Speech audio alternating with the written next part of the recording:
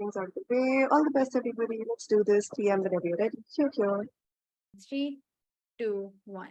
Panel, it doesn't matter if I have the most developed city with the fanciest sky-high skyscrapers or big companies. If my own future generations don't have an environment to live in, if I don't have an environment to live in, this is crucial in this debate, never been prouder to propose.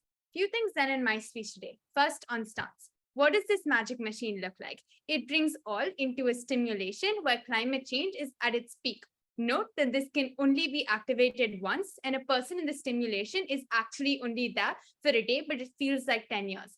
When then would we be activating this machine? We would activate it now so that we can get the most amount of change. Note safeguarding future generations, nothing that we are doing right now is valid. But thirdly, in this debate, we're reaching a world that we have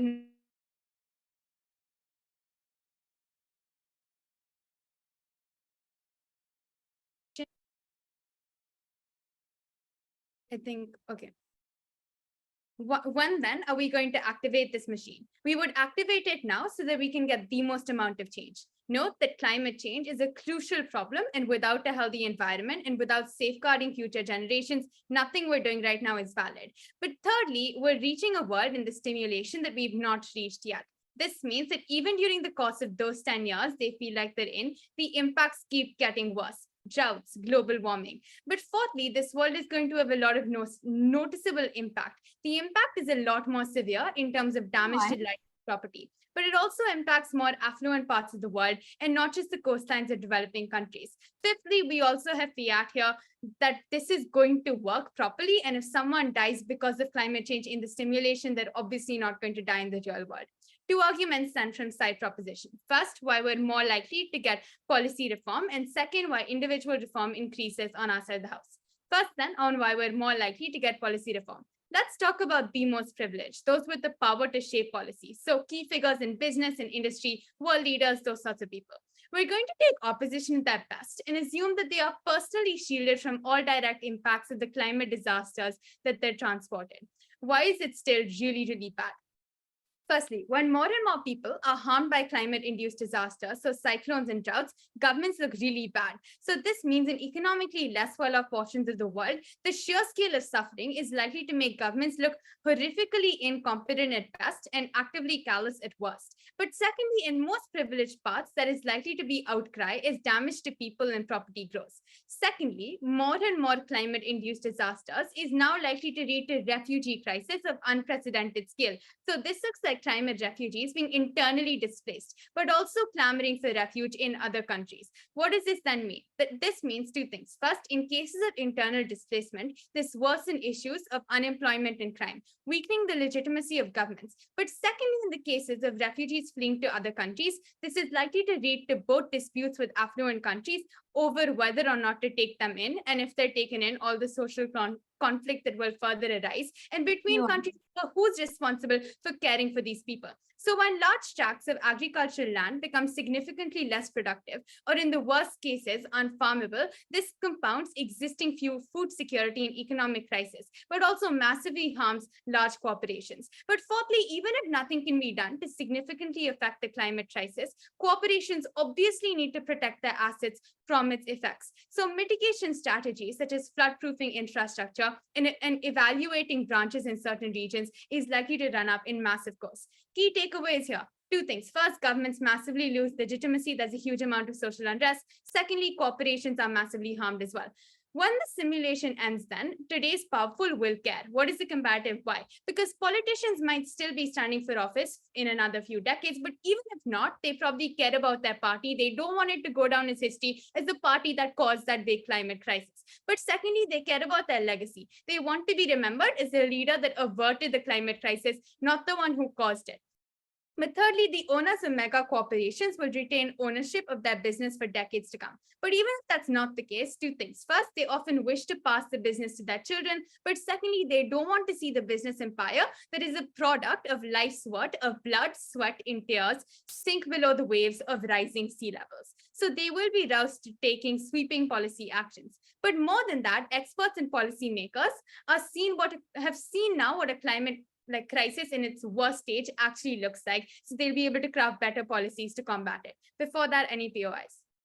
So do you prioritize the environment because you value human life?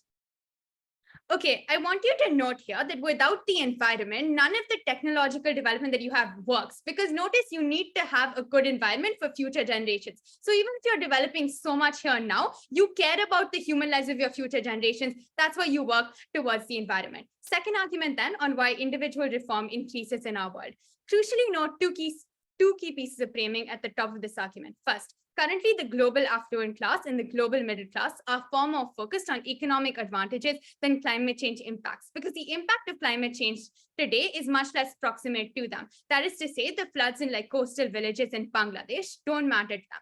But secondly, they are often in active denial of climate change in and of itself because they can't see or experience its tangible impacts in their personal lives. This changes with the stimulation. So this means that in status quo, the broad majority of individuals are unlikely to want to actually take action against global warming and climate change. So why do we think that changes in a post-simulation world? What's the comparative? Two things. We think that first off, people experience the actual physical and mental traumatic experiences of living in a climate change apocalypse. This is important because it is quite literally going to scare and shock them into place. But secondly, we think that the world post-climate change disasters is in dire need for sustenance. It is then that they are likely to actively deprioritize economic considerations and focus on the collective need for survival. Structural reasons for this. Two things. First, we think that given the scale of the problem, individual solutions won't work.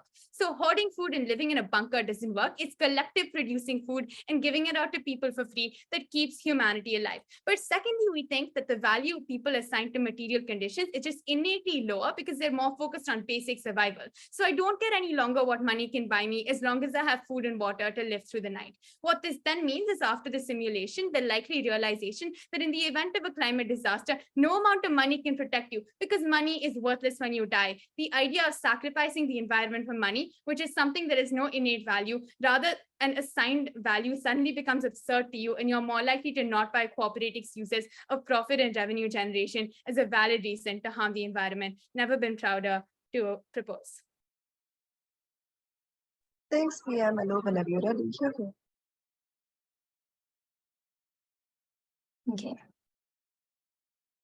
Speech starting in 3, 2, 1. The reason why government is going to lose this debate is that they forget that this debate is not just about the environment.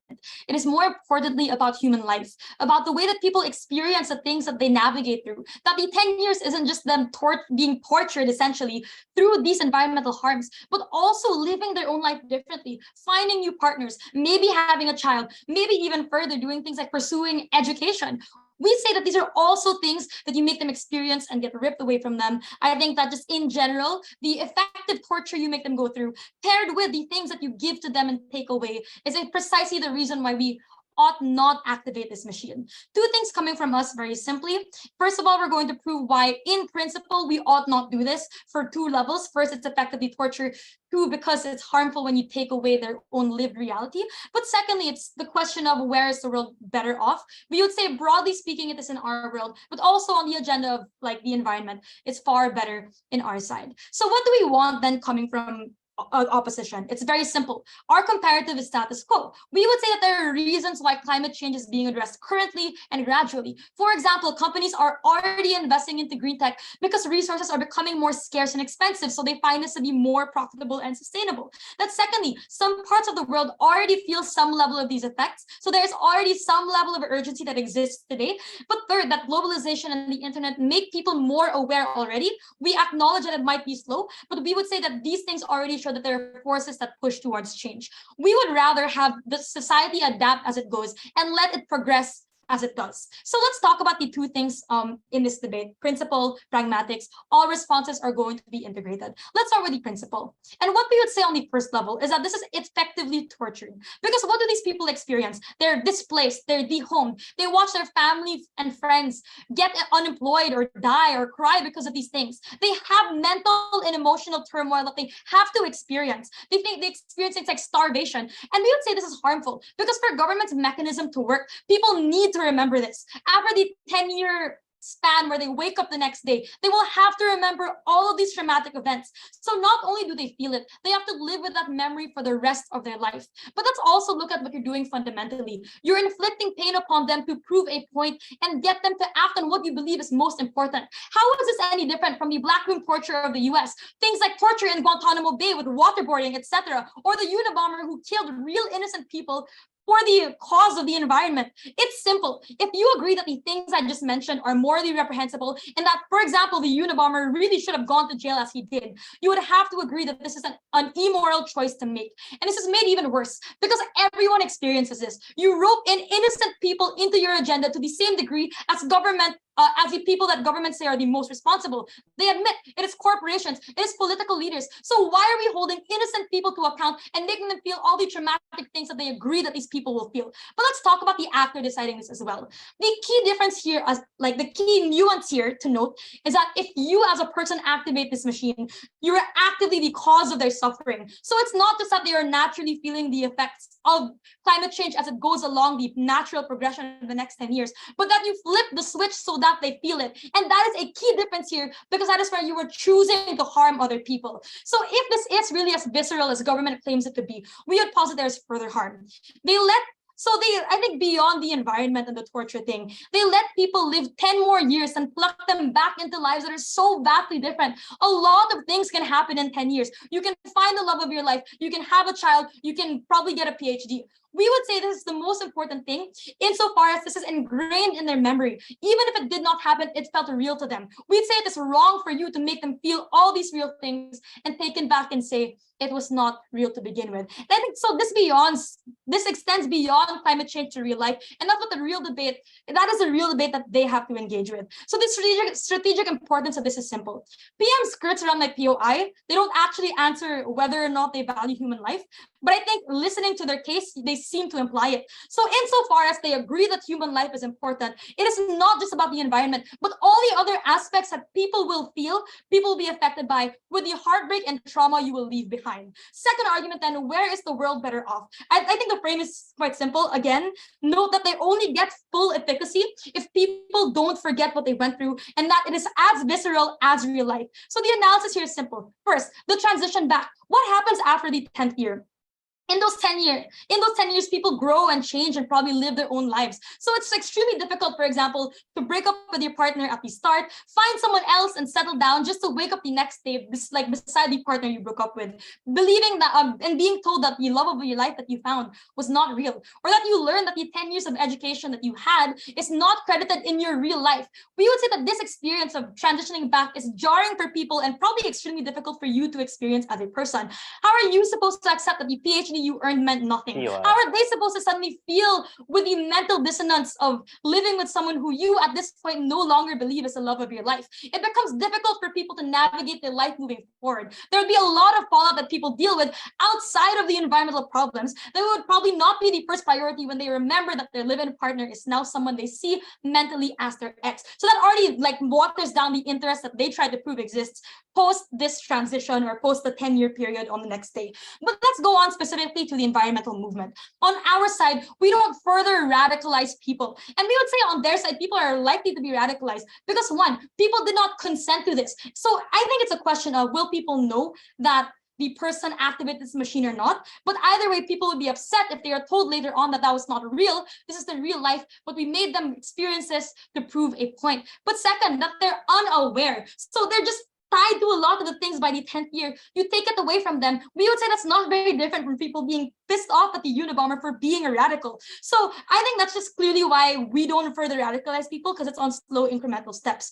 But so we would say, even if it works, you live in a dystopian society where people are unhappy. It's uniform and order, but they live in fear. And this is a response to the PM argument of government doing strongman policies. So we would say broadly then, the reason why adaptation on our world is better is that people feel the effects over time and can moderately understand that. You can encourage more people to do good because you don't choke it down their neck. You don't torture them to convince them that this is the right cause. We currently have slow and incremental change anyway. We say that non-renewable energy is becoming more scarce, so companies have a profit incentive to go green.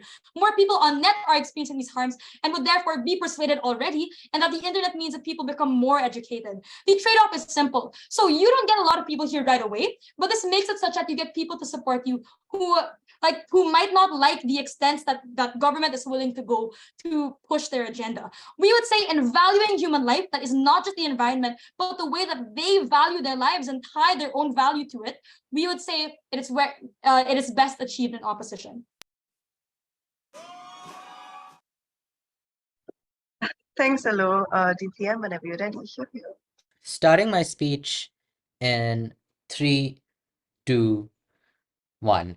At the top of the speech, I just want to talk quickly about their stance. What we get from them is essentially this idea that enough action is being taken already. I think this is just empirically untrue because corporations have short-termist incentives. They intend to make as much money right now. They have fiduciary obligations to their shareholders, and they have an active lobbying power working against green tech. I think that the idea that action is already being taken now is kind of ridiculous, but let's accept that action is being taken now. I think even then, that action is simply not enough to prevent the massive climate change disaster that's coming at us. Even though we're taking action right now, the amount of carbon in the atmosphere is still rising every single minute. I'm very proud to propose. What am I going to do for you in my speech today? First, some direct engagement with the LO. Second, about climate change denialism. And thirdly, about why, in our worst case, even if wealthy and affluent sections of society don't change, why we think we still win this debate. Let's start with engagement with the LO. Broadly, two areas of engagement here. First, on their principle of effective torture. Second, on the idea of them getting a better world. Let's start engaging with that principle. At the top of this speech, I just want to say the info slide clarifies this pretty obviously. Everything stays the same. But let's accept that everything doesn't stay the same and still engage with that principle in its best case. Let's take that principle as its full. Like, we are actually taking away the agency of people. We are actually putting them through effective torture. Here's what we tell you instead. We tell you that we value human life really highly. That means that the right to life, we see it as a prerequisite for you to access all other rights. So if you don't actively protect the environment, and if you don't make heavy, hard-hitting trade-offs to protect the environment, you die. And when you're dead, it's really difficult for you to access any of your rights. At that point, we think we're okay with taking your rights of, like, I don't know, knowing your own lived reality away for 10 years, if that means that humanity will not end in existence. But secondly, we think we actually protect future rights. We think that if humanity is significantly harmed today, there's realistically no future for the race. Why then do we value future rights over current rights? We think that the simple reason for this is just on vulnerability. People who live in the future are living a substantially worse life than you are right now, because every day they have to deal with a hurricane. Every day they have to deal with the fact that they have to struggle for food. They have to go out and fight for basic things like water. Their vulnerability is substantially higher, and we think that they are living in a torturous experience from the minute they are born to the minute they die. At that point, we're okay with putting people through 10 years of a bad experience if that means that those entire millions, like billions of people in future generations never have to go through that pain. That's a trade-off we're willing to make. Then on their idea that they get a better world, I just want to say broadly 3 responses here. First, your harm of environmental catastrophe is permanent. Our harm of people living a different life for 10 years is temporary. At that point, immediately, we can just weigh off your harms then and there. But secondly, we think that there are anyways systems that help people readapt to normal life. So things like access to therapy, but also things like you don't forget what your life was like before those 10 years. It is not that difficult for you to reset, especially given that the info slide specifies that everything remains the same. The last idea we get from them under this argument is that people get radicalized and they start hating the environmental movement. Sure, even if they get radicalized, the problem with that argument is that just because you're angry doesn't mean you let go of your own self-interest to live, your own interest in your children living a good life. We don't think anything the environmental movement has done to you, anything I as an actor by activating that machine has done to you, is significant enough for you to just be willing to die. Then moving on to why, like, we solve greater problems of climate change denialism. Just broadly two things here. It's just that one, people have gone into the simulation. They've realized that given the context of global warming, it doesn't matter how many skyscrapers you have. It doesn't matter what developments you make, you won't be able to live without water. But secondly, it's just that like when people realize this, they understand that climate change is a very real problem and not something that's far off. It's something that's imminent, that could come as early as 2040, as early as 2050. But even if they don't, in our very worst case, it's just that, okay, maybe they feel like it won't affect them at all even then. They still know that it will affect their children, it will affect their grandchildren, and presumably they do love their children and they want to create a better world for them. So it's unlikely they're going to live in ignorance. But notice that the functional mechanism for achieving this is killing the legitimacy of climate change denial movements. That is a massive win for us. I'll take the POI. You say that you, in the worst case, are willing to torture these people to protect future rights. So, do you support the atomic bombing of Hiroshima and Nagasaki to end World War II?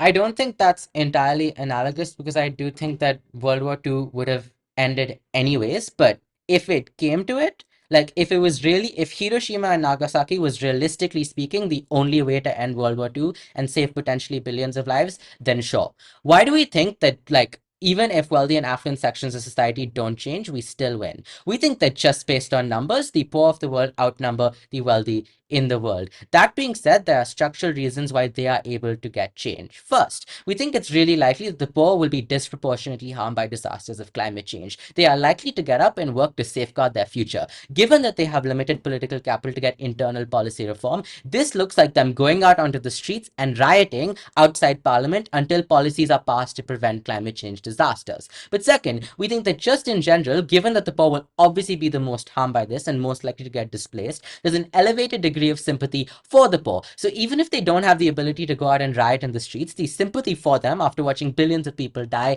will result in policy change. But thirdly, we think that the mechanisms that bring about change in the wealthy that go unresponded to in the LO speech also apply to the poor. Lastly and fourthly, we think that typically there are individual actions you can take within your life to choose, like maybe to use a recyclable bag or switch to a more fuel efficient vehicle, that often add up on a global scale, even though they're a smaller impact. These are actions that the poor typically doesn't take because they don't have the time to devote to it or the money to devote out of their budget to it. We think they're more likely to do this in our world, but also even if that has a negligible impact, it just means they're participating more within the environmental movement. So there's a greater likelihood of taking other actions. For all of these reasons, so many more, panel, I beg you to propose. Thank you, DPM, DLO, whenever you're ready. I will begin my speech in 3, 2, 1. The road to hell is paved with good intentions. This is the counterfactual that Prop wants to defend, yet never prove why A, despite the principal justification not to do this, and B, the structural incentives to still be harmful that will still be harmful in proposition are never fixed. And these are the fatal flaws that will cause proposition this final round. There are two primary win conditions we take coming from side opposition. The first, why the world is better off on the other side of the house. This engages the pragmatic debate, why they are far worse off. And second, is activating this machine inherently justified? And I'll deal with DPM's extension on why the future generation isn't actually worth it as they claim it to be. The first, will people actually change? And this is a pragmatic debate. And this responds to them getting better individual reform as PM and DPM claim it to be. The people that they want to change are oftentimes the most conservative individuals, because the ones who will be affected by climate change right now, and if you activate the machine, are likely to change it either way. So the question is, are you able to change the most conservative individuals who are unlikely to change? There are 3 reasons why they're unlikely to do so. The first is for religious reasons. Oftentimes, individuals see this as acts of God, and oftentimes, most of these individuals are in developing countries who oftentimes subscribe to religion and not necessarily care about the harmful effects of climate change because they believe it to be acts of God and can't necessarily change it.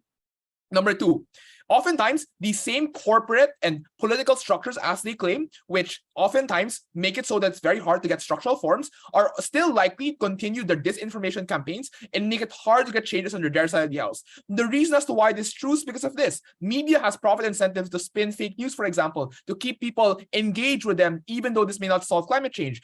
Like fake scientists, for example, also have a profit incentive to keep churning out bad studies necessarily because people click into it, which is why people thought for the longest time vaccines caused cause autism, for example. So all these structural incentives still continue to be harmful under their side of the house because these people, these media structures, bad scientists, for example, and even political and capitalist structures who necessarily profit off of climate change necessarily being more harmed, like oil rigs, for example, or individuals who have huge amounts of capital right now, may not necessarily change necessarily because they already know it's bad, yet continue to do it because they derive more short-term benefit from it. They never prove why the amount of torture you give to them under their side of the house is enough to be the tipping point overall. But the last response here is, even if this is real, we would posit this trauma makes it so where people are even unlikely to change because the pain is so great. If the pain is so great as proposition claims it to be, then they won't act anymore because it is so miserable and it is so unsolvable as they claim it to be. So note, all the mechanisms that prop says are unlikely to accrue, the point at which people are at an inertia because of fear, which means that future generations under their side of the house are also unlikely to be saved. So note that we aren't saying that people won't change, but the harmful structures which perpetuate the harmful incentives to keep people locked out of being able to change climate change structures are retained under their side of the house, and they don't actually change it because they know it's bad and they know what they're doing is harmful, yet don't change anyway. Note that this is debate winning because if people don't change, this takes down their pragmatic benefit at best. Let's deal with their principle, in which they say future generations have to be protected. I will prove why this is not important on 3 reasons. The first is that because the future generation cannot consent to the future world, regardless if this future world is good or bad. So we ought not to predestinately choose whether or not us doing something for the climate right now is better off for the future generation or not, because we cannot ascertain what the priorities of the future generation are. Maybe the future generation is, in a very cynical generation, for example, may want to harm the world even more. We can't fully ascertain what is the best direction for the future generation right now, so we ought not to choose for them. But even if you don't believe this response, I have 2 more responses to seal the win for this. The first is that you as a current generation have no obligation to the future generation. The first response here is that not everyone has kids that they want to look forward to the future. No, thank you. But number 2, you also have no obligation to the future necessarily because they don't prove as to why you as a current generation should pay for the sins of the past generation. Because know that the reason as to why climate change is so bad right now is because of all the past individuals from the Industrial Revolution who necessarily polluted it up to right now. So there's no response as to why the current generation has to suffer for the sins of the past generation so that they can help the future generation. So like, why is this current generation the end all be all who should accept all the misery in the world? But lastly, even if we do fix the world, and this at the absolute best case of prop, they never prove why the future generation will have an incentive to keep the world good. Because know that fighting climate change is not just changing it right now, but also changing it in the future. So they have to prove why the future generation also has an incentive to keep up the good practices they claim it to be, when the same selfish human incentives come up oftentimes in every generation again and again. So that's why in their pragmatic claim and their principled claim, it's out of the debate. So first, why do we win the pragmatic debate? We proved to you why adaptation is better, as we proved to you from LO, on 3 structural reasons. The first, that we do not further radicalize people in proposition. Second, we allow people to adapt it gradually, which means it's more palatable to even those in the hard conservative. But number 3, we told you why people are encouraged to do the good, because adaptation is slow incremental change, which means that we have more buy-in, even if we have harmful incentive structures, necessarily because we are more palatable to these same bad individuals overall. But here's the important extension that is debate winning. And this is the extension of our principle. Our humanity is based on free will and the agency to fully exercise our dignity. This will deal with the absolute worst case under our side, where climate change is irreversible and we will all die eventually. This also deals with the best case of proposition, where nothing changes, or where they don't get like bad changes, or why they get to fix climate change. So is there a meaningful difference if people feel existentially threatened on either scenario? Because the answer is, under proposition, they never prove the delta as to why you actually get more structural changes in the long run, as you proved earlier. So if you feel existential threat under both sides of the house, the question is whether or not this suffering is actually justified. Because why are you incurring a sure harm under the side of proposition for a very speculative benefit at best as to whether or not we're able to fix climate change, but you are stripping away the agency and autonomy of individuals right now? And the second thing we'll claim here is that agency and autonomy are what makes us human. The fundamental features of humanity distinguish us from all other living beings and structures on Earth. Without these, we are no different from robots engineered to serve a certain purpose. Using us and making humans machines against our free will is tantamount to coercion and forcing people to change out of their own free will, which means in their best case, wherein they will probably have to sustain the climate change reparations for future generations to come, it becomes a dystopian society that is a quote-unquote utopia, necessarily because everybody has to live very symmetrical lives to be able to fight back all the harmful effects of climate change, which means you trade off your dignity and you trade off your fundamental features of what makes you human and what makes you happy. This is necessarily important because under our side of the house, we do not strip away our benefit for a very speculative greater cause. This debate winning, because if neither team is able to prove that we're going to be able to solve the climate change solution, we at the very best, we at the very least, lived our lives to the very fullest and exercise what makes us human by not stripping away our fundamental human dignity in the absolute worst case. We're so proud to oppose. Thanks, Diallo. Conflict, whenever you're ready. Okay. Starting my speech in 3, 2, 1, go. Serving humanity, or whatever it means, does not substitute argumentation. I think that's why side opposition just loses this debate from the get-go. I know that most debates don't have a silver bullet, but I'm very happy to report for this debate as well as for side proposition that we do, because I think the reason why both PLO and DLO just completely ignored the single most important argument we gave you this on in first proposition about how we are uniquely the side that breaks the policy deadlock and gets the rich and privileged to care was damning to their side of the house. Because I think third opposition is just a little too late to respond to material that we gave from first proposition about how, in fact, yes, we did solve the climate crisis. 3 questions to ask in this speech. Firstly, which side gets policy change? Secondly, which side gets individual change? And thirdly, I'm just going to weigh up their ludicrous principle and weigh it out of the round. Okay, first of all, let's talk about policy change. I just want to note right at the top of the speech that this was completely unengaged by their side of the house. We didn't hear a single word of response from LO and DLO. And please note, this is the finals. I'm pretty nervous. I think I was taking notes pretty carefully. Okay, what exactly did we tell you under this argument? We told you 2 things. Firstly, we told you in Veda's speech, and this was supported in Uday's speech, about how we have a lot of problems in terms of structural incentives that corporations and leaders have to wreck the environment. First, the fact that corporations are motivated by short-term profit. Second, that they have a fiduciary obligation to maximize shareholder profit at the expense of everything else. Third, the fact that governments are also short-termistic and they're often swayed by massive infrastructure donations, lobbying, and things like that, right? What then did we change? When we do the simulation, obviously the rich and privileged, the policymakers of today are also put into this transplanted world. What were the 4 mechanisms that Veda gave you that went completely unresponded to? Firstly, when you have increased social unrest due to more and more people dying and more property being damaged as a result of climate change, that's when governments lose legitimacy. Secondly, refugee crises caused by people being internally and externally displaced as a result of the climate crisis causes massive dispute between countries and furthers loss of legitimacy. Third, when agricultural land gets wrecked by climate crises, that's when corporations are harmed and the economy takes. I'm sorry, I'll take the voice in the chat. Sorry, should have specified. Yes. Fourthly, at the point at which you have the climate crisis happening and natural disasters occurring, safeguarding or trying to mitigate these effects upon corporate infrastructure costs a lot of money. But we didn't just stop here. We told you, we give you structural reasons why today's leaders would wish to care about what happens 20 or 30 years down the line. We told you first that politicians care about their legacy. They want to be remembered as the leader who averted the climate crisis, not the one who let it happen. But secondly, business leaders don't want their life's work, the corporation that they put their blood, sweat, and tears into to literally sink below the waves of rising sea levels. They often want to do things like pass on the corporation to their children, make it into like a large part of national or social fabrics. These were fundamental reasons for why we were uniquely the only side that got politicians and business leaders to see beyond the short-sighted incentives of the election cycle and the profit motive and actually take those sweeping policy changes that were necessary, right? So we were the only side that was able to pass through things like the Green New Deal much faster, that was actually able to do things like get a rollback of carbon emissions. This was critical in this case. Why? Firstly, because they themselves told us that the win condition for us is if we can prove that we solve climate change, and this we critically do insofar as they haven't engaged with this argument whatsoever. But secondly, just generally speaking, this was the most massive argument, simply because I think both sides can agree, and insofar as like a lot of their rebuttal to our side also relies on the idea that, oh, the climate crisis is really bad, insofar as like the absolutely massive harm of the climate crisis can only be averted by concentrated action by industry and government. This was debate winning for our side of the house. We've already won this debate insofar as this was the most important clash. We've conclusively won it, 0 engagement from their side. But okay, I'm just going to engage with the rest of the debate as well because I'm feeling generous today. Second clash then, let's talk about individual incentives to change. What exactly did we tell you?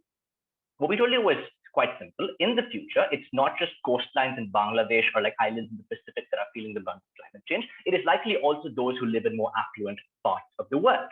What then happens?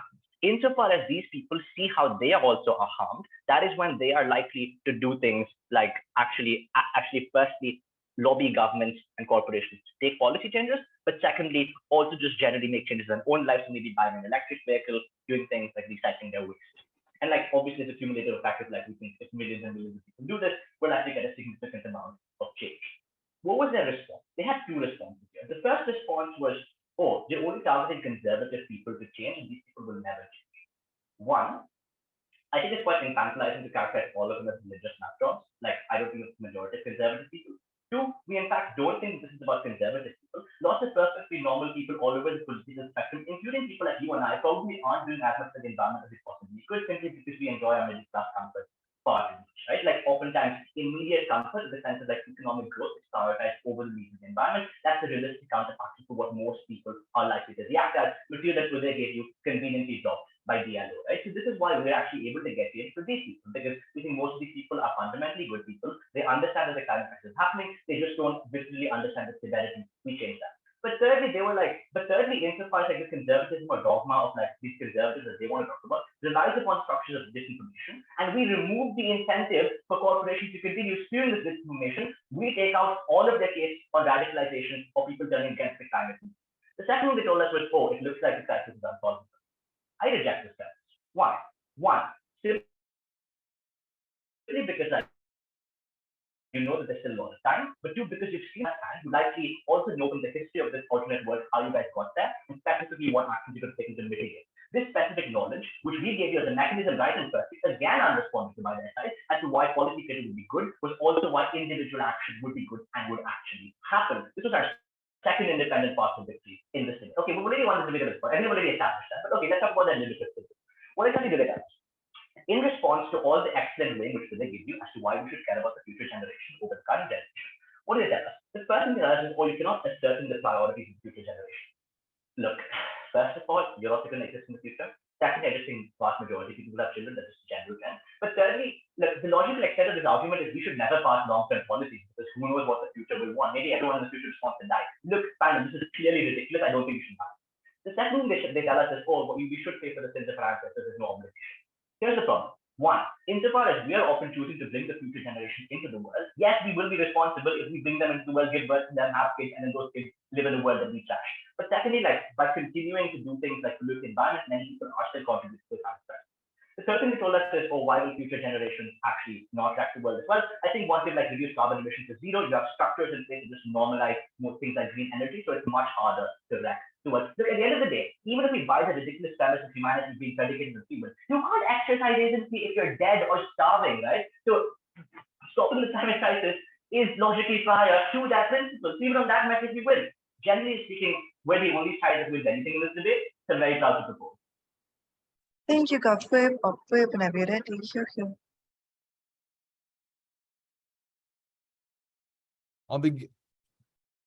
Here. I'll begin my speech in 3, 2, 1. Proposition ensuring the future of humanity is useless the point at which that humanity is stripped away of their fundamental features which make humans humans. A life stripped of agency, autonomy, and dignity is a life not worth living for. We are so proud to oppose. There are 2 reasons why opposition will take this finals. The first is to prove why the world is ultimately better off, which wins the pragmatic clash. But second is to prove as to why this magic machine is never justified to use on the principle. First, will people actually change? And this is about where we win the climate change clash and whether we might make the world much better off. Proposition says they will change because of the immense trauma that they get from using the machine. Under op, we told you why they won't, because the same harmful structures that will still stay in place that won't change despite you using the machine. This weighs more because the people in power, the rich, the affluent, the politicians, who prop claims that they also need to convince, know the harmful effects of climate change right now, yet do nothing and continue to pollute and harm the environment overall because they don't care and they care more about their short-term profit incentives and living the good life right now. So if they claim that these actors are the fundamental tipping point of this debate, then they can't get this benefit because they never prove as to why that trauma is more overwhelming over the current short-term incentives, which they prove to you are more overwhelming, necessarily because they know about the harms right now, yet don't care to do anything to change.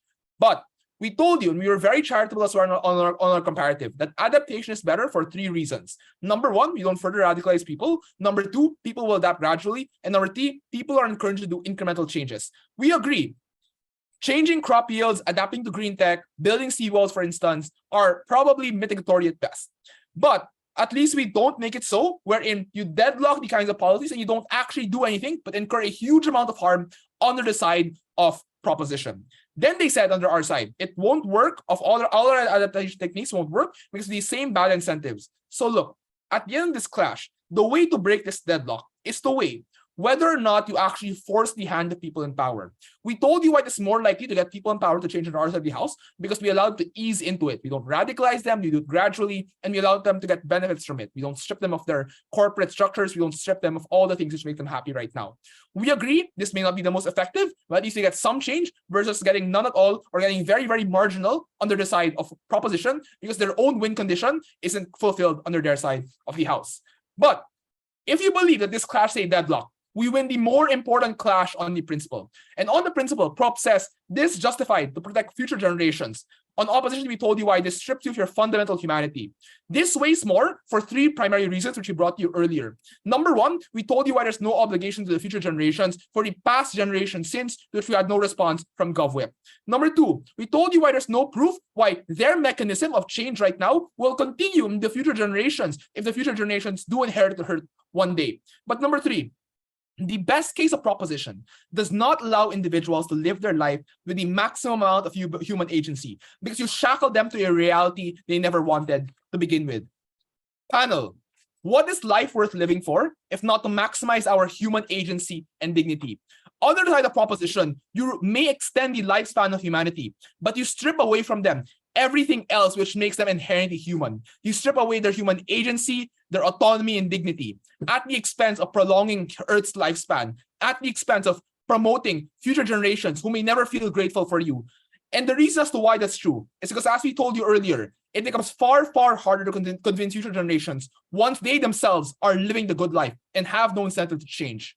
Do not support proposition, because supporting proposition only makes it so where you may correct the wrongs of the past in this current generation, but the future generation will reverse that cycle and make it worse again. Oppose. Starting my reply speech in 3, 2, 1. At the top of this reply, let's assume that both sides get the change they want environmentally. At that point, why do we still then weigh over op? I think it's because the quality of change we get is going to be better. I think we discussed this, it's first and second as well. The change has to be fast. The swift movement of change is actually perfect for solving global warming because the slower you solve it, the harder it gets. But second, and this is what we brought out at first, the change is designed to be future-proof because you know exactly what's coming in the future. That means A, you stop carbon emissions today, which is what LO posits they could already do. But B, what we get that they don't is that you also actively recall existing carbon emissions in the atmosphere by existing green coverage, etc. Proud to propose. That being said, 2 questions in this debate. First, on reform, and second, on principle. Let's start with a discussion on reform. I think we gave you broadly 2 things in our case. First was about systemic change. I think, and Hans points this out quite effectively, but we didn't get any responses down the bench. Third op was really late to deal with arguments from first prop. These arguments were about macro structures that have massive impact. We gave you 4 structural reasons that were reiterated in Hans's speech. What all this means is that after the simulation in our world, governments and leaders are likely to then have eco-friendly policies that work towards the environment because they have electoral incentives. Corporations have personal incentives, financial incentives that are independent of individual action and public perception, and like passing on the business to their family. We really think that these needed to be engaged with. The one-liner that we got from third prop on politicians was really not enough. At that point, we think like with regards to structural change, we have a guaranteed delta because of the sheer utter lack of responsivity from opposition. Then, secondly, on individual change, we think that like, okay, great, op did engage with this. Here's the problem with their engagement. Their argument about individual change was a response only to poor and conservative sections of society. What they didn't then engage with was our general analysis about why other broader groups of society change. At that point, sure, a small minority of individuals, if we lose that engagement, don't care about the environment. But we then don't think that those are people who can individually, single-handedly stop climate change action from actually coming about.